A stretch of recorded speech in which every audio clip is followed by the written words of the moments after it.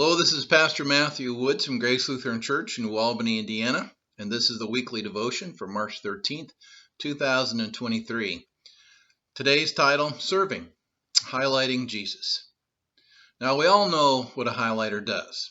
I remember buying some used books in college where in the pages of the book several places were highlighted and there were notes in the margin. I bought the book in order to save some money because it was a little cheaper, but I felt like I got a bonus whenever I had all that stuff inside, which sort of helped me along, especially if they had the same professor that I had. This week's Red Letter Challenge centers on serving. In one of the sections, it talks about salt.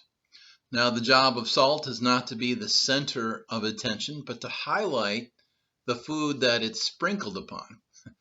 As the salt of the earth, our serving acts like a highlighter of Jesus. By serving others, we learn to love like Jesus and give them a taste of God's love for them, which is our calling. Now, between my junior and senior year of college, I worked in Yosemite National Park in California for a season. Now, I worked a regular job during the week cleaning rooms at the Wawona Hotel at the south end of the park. 5 days a week, I would strip off the old sheets and remake the beds, vacuum the carpets. Occasionally, I'd have to scrub some bad spots from soda stains and things like that in the carpet. I would dust the dressers, and occasionally I'd have to retrieve the forgotten items that were left behind.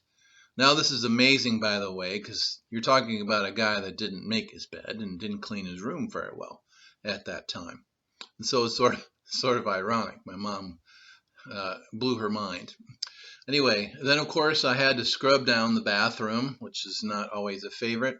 Most of the time this wasn't too bad. The golden rule for the bathroom was not to leave any hair behind. Gross, I know. And this would do for I would do this for about a dozen rooms every day.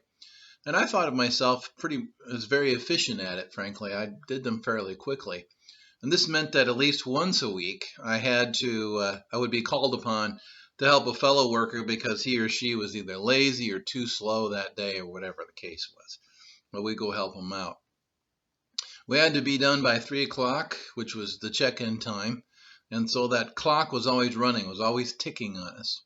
Now, I learned a lot about hotels that summer and some things that maybe make you a little bit squeamish, but it was a good season. Now, I did not know any of the guests who came to visit those rooms, but the guests would come and they would come and go each day, and so we would start the routine all over each time. We get our room assignments. We'd load our carts with sheets and towels and blankets and do our jobs. Most of the time, I was invisible to the guests, but sometimes I would get a tip especially by those who would stay there for a few days or more. But it was always a treat to be noticed that way, kind of nice. However, in the grand scheme of things, those people did not come to see us. I know, hard to imagine.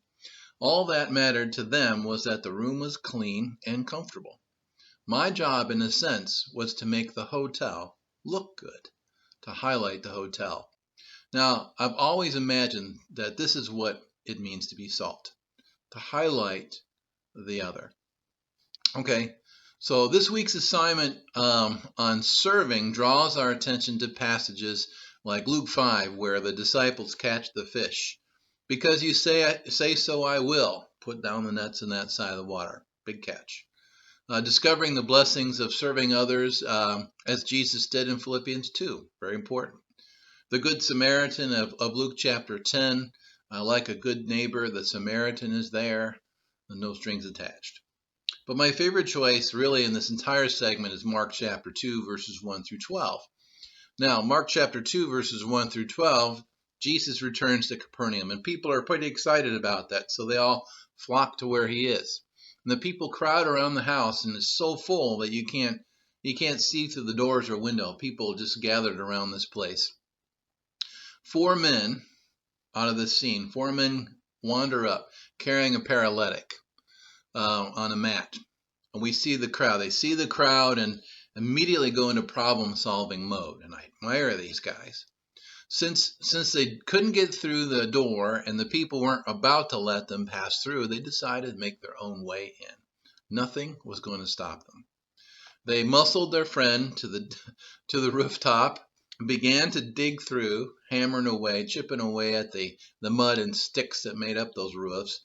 And they made a hole big enough to lower their friend through. They lowered him right down in front of Jesus, who, upon seeing him, saw their great faith and forgave the man and then healed him of his paralysis. Take your mat and go. What a fantastic thing. What an amazing thing. How out of the box these guys thought. They were very determined, these four friends, on behalf of their friend, on behalf of the paralytic. The crowd did not deter them. Having to carry their friend up and down up to the top of the roof to lower him back down did not deter them.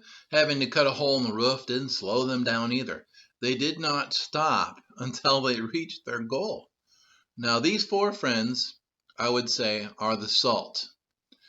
They bring attention to their friend, bringing attention to the moment by bringing the friend to Jesus.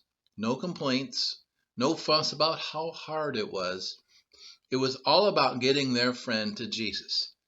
If all Christians were this determined, imagine how different our culture would be right now. But you got to love the scene. Now, I've seen this kind of devotion before. Years back, one of our people visited his spouse every day in a nursing home, made it a point to move close enough to be available to do this. He had lost his first wife to Alzheimer's and took care of her until she died. When I met him, he was doing so with his second wife, visiting her every day, advocating for her, holding her hand, making sure every detail was covered by the staff, who came to appreciate his devotion for her and admired it, and actually were inspired, were glad to participate with it. Now, in more recent days, I can speak to you of others. Every day caring for a spouse because that spouse had a terrible health condition. Every day routine baths, medicines, helping them get out of bed and back into bed, getting dressed and fed, rubbing on medications, combing their hair, adapting to changes as their loved one declined, all while trying to keep up everything else about themselves, about the house. What a wondrous thing to see. Those who know them witnessed what salt looks like, what better for worse looks like. I think all of us would hope for this kind of relationship, one that finds a way, regardless of the hard parts, regardless of what's standing between us and what needs to be done. They are examples. They are examples to their friends and to their families. Their younger members of their families learned what salt looks like. Those who are kind of still dreamy about marriage learn what it can really mean. They learned what it really means to love even when it's very, very hard, but how incredible it really is. The challenges for this week are calling us to serve. Serve someone we love, perhaps. To visit a sick person or a person we cannot repay, that can't repay us in any way. Perhaps one of the important points that he makes is on page 151, when he speaks of his children, and he realizes that it's okay to be imperfect. We cannot do things perfectly. However, if we allow ourselves to be open to Jesus, whatever we offer will be made perfect for that moment. And that means becoming like a little child, maintaining those sensitive spirits, being genuinely sorry when we mess up. And I would add even more forgiving when others mess up or are unappreciated. The key is having hearts that are humble and willing to give what you have. If we can capture this in our service, we could change our community, literally, at least through our kids. Modeling what's important, how to serve to our children, is perhaps the greatest service we can do to our families or our communities. If we are teaching children to serve humbly as ones who would highlight Jesus and others above themselves, then our family, you and I, would be much better because of it. Our community will be less selfish and maybe more loving because of it. Instead of worrying about getting our ice cream sandwich like everyone else did, and those kids that he talks about in his book, we learn to change hearts by their example, by example to our own children, something we can pass on. That's the point.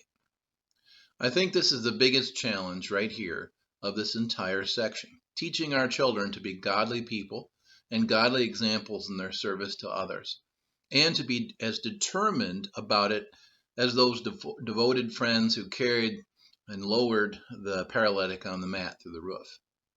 I certainly pray that we meet this challenge more than any other. We'll all be better off because of it. So, may the Lord bless your serving this week, and may the Lord bless this week in general. And thanks for being with me. I appreciate that very much, and I hope to see you next week. Lord be with you. Bye-bye.